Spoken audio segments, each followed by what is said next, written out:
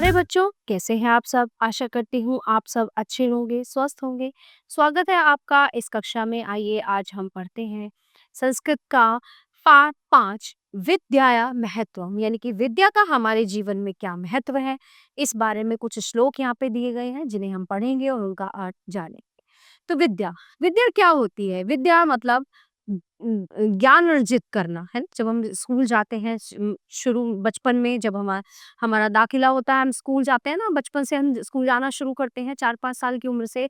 तो धीरे-धीरे क्या होता है, हमें सिखाया जाता है स्कूल्स में, हमें विद्या का ज्ञान अर्जित किया जाता है। और ऐसा नहीं है कि केवल हमें किताबी ज्ञान होता है, हमारे जो गुरुजन हैं वो हमें आध्यात्मिक ज्ञान, सांसारिक ज्ञान, है ना? व्यावहारिक ज्ञान, कैसा हमें व्यवहार होना चाहिए हमारा, कैसा हमें सबके साथ बर्ताव करना चाहिए, ठीक है? ये सब हमें सीखने को मिलता है विद्यालय से। और कहते हैं पहली प्राथमिक पाठशाला घर होती है, तो पहले हम घर से सीखते हैं, फिर धीरे-धीरे जब हम विद्यालय से ये सारी चीज़ें सीखते हैं और ज्ञान अर्जित करने के बाद ना आप एक संपूर्ण व्यक्ति बनते हैं। कहते हैं कि जिस व्यक्ति के पास ज्ञान होता है, यानी कि विद्या का धन होता है, वो व्यक्ति कहीं भी मार नहीं खा सकता, ना तो अपने देश में, ना दूसरे देश में।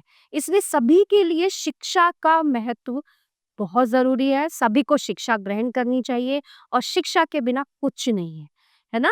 अशिक्षित व्यक्ति ये मान लो एक तरह से मुर्दे के समान होता है। तो इसी तरीके से जो है शिक्षा का महत्व, विद्या का क्या महत्व होता है, बताया गया है इन श्लोकों में। चलिए पढ़ते हैं। विद्वतं च नृपत्वं च नैव तुल्यं कदाचन स्वदेशे पूज्यते राजा विद्वान सर्वत्र पूज्यते, यानी कि विद्वतम च नृपत्वम च, चाहे विद्वान हो चाहे राजा हो, ठीक है? नैव तुल्यम कदाचन मतलब उनकी तुलना नहीं हो सकती एक दूसरे से। विद्वान की और राजा की तुलना नहीं हो सकती। क्यों नहीं हो सकती?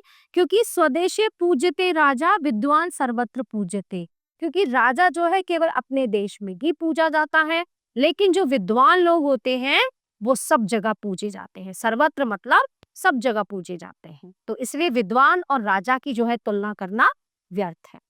नास्ति विद्या समम चक्षुः नास्ति सत्य समम तपः नास्ति राग समम दुखम नास्ति त्याग समम सुखम, यानी कि विद्या विद्या के समान नेत्र नहीं, है ना?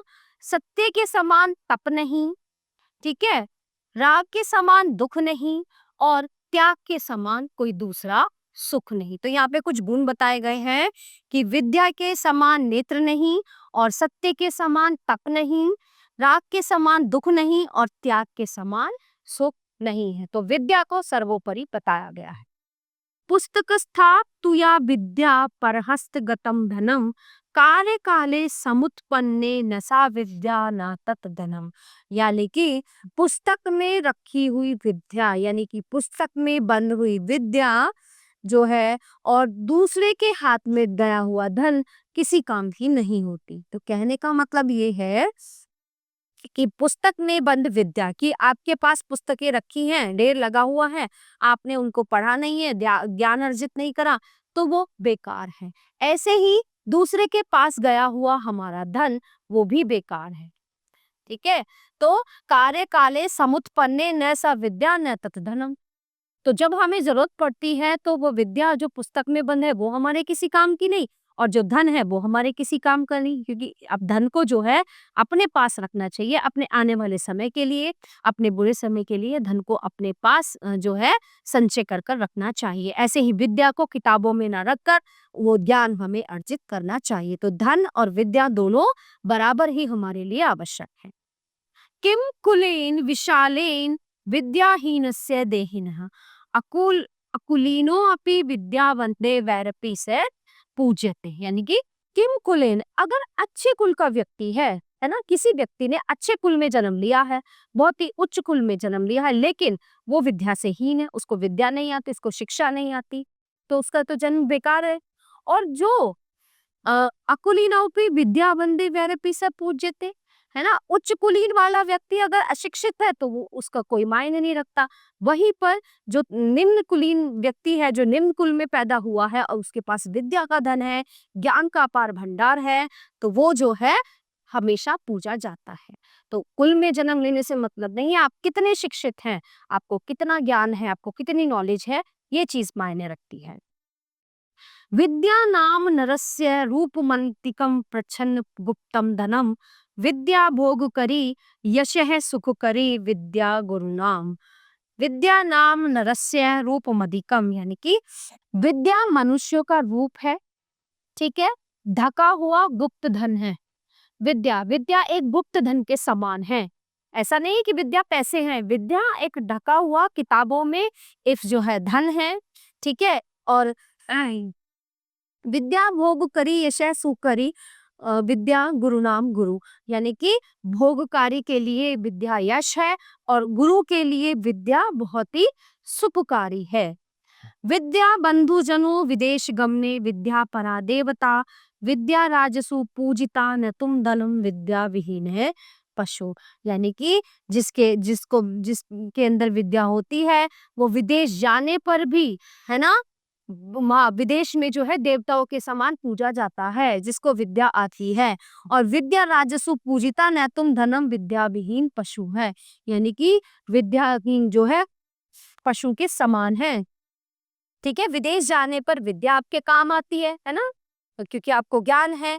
और राजाओं में धन नहीं पूजा जाता, विद्या पूजी जाती है। और जिसके जिसके पास विद्या नहीं है वो मनुष्य पशु समान है, विद्याहीन जो मनुष्य है वो पशु के यानी जानवर के समान। न चौरहार्यम न च राज्यहार्यम न भ्रातृवाज्य न च भारकारी, ओके। व्यय करते वर्धत एवं नित्यम विद्याधनम सर्वधनम प्रधानम। इसको जो है न चोर चुरा सकता है, ठीक है, किसको, विद्या को। न राज्य हार्यम, न राज्य जो है हड़प सकता है, न राजा हड़प सकता है, ना इसको भाई ही बांट सकता है जो विद्या का धन है। न चोर चुरा सकता है, न राजा हड़प सकता है, ना उसको भाई भाई बांट सकता है। विद्या का धन जो है सबसे उत्तम है, सबसे श्रेष्ठकर है। जिसके पास विद्या का धन है वो ही श्रेष्ठतर व्यक्ति है। तो विद्या के शिक्षा के लिए देखो कितना मतलब प्रेरित किया जाता है कि सबको शिक्षा आनी चाहिए, सबको शिक्षित होना चाहिए। विद्या का धन ऐसा धन है कि आप कभी भी अपने जीवन में मार नहीं खा सकते। प्यारे बच्चों, ये पार्ट 1 पर समाप्त होता है। आशा करती हूँ आपको अच्छे से समझ आया होगा। मिलते हैं अगली कक्षा में। धन्यवाद।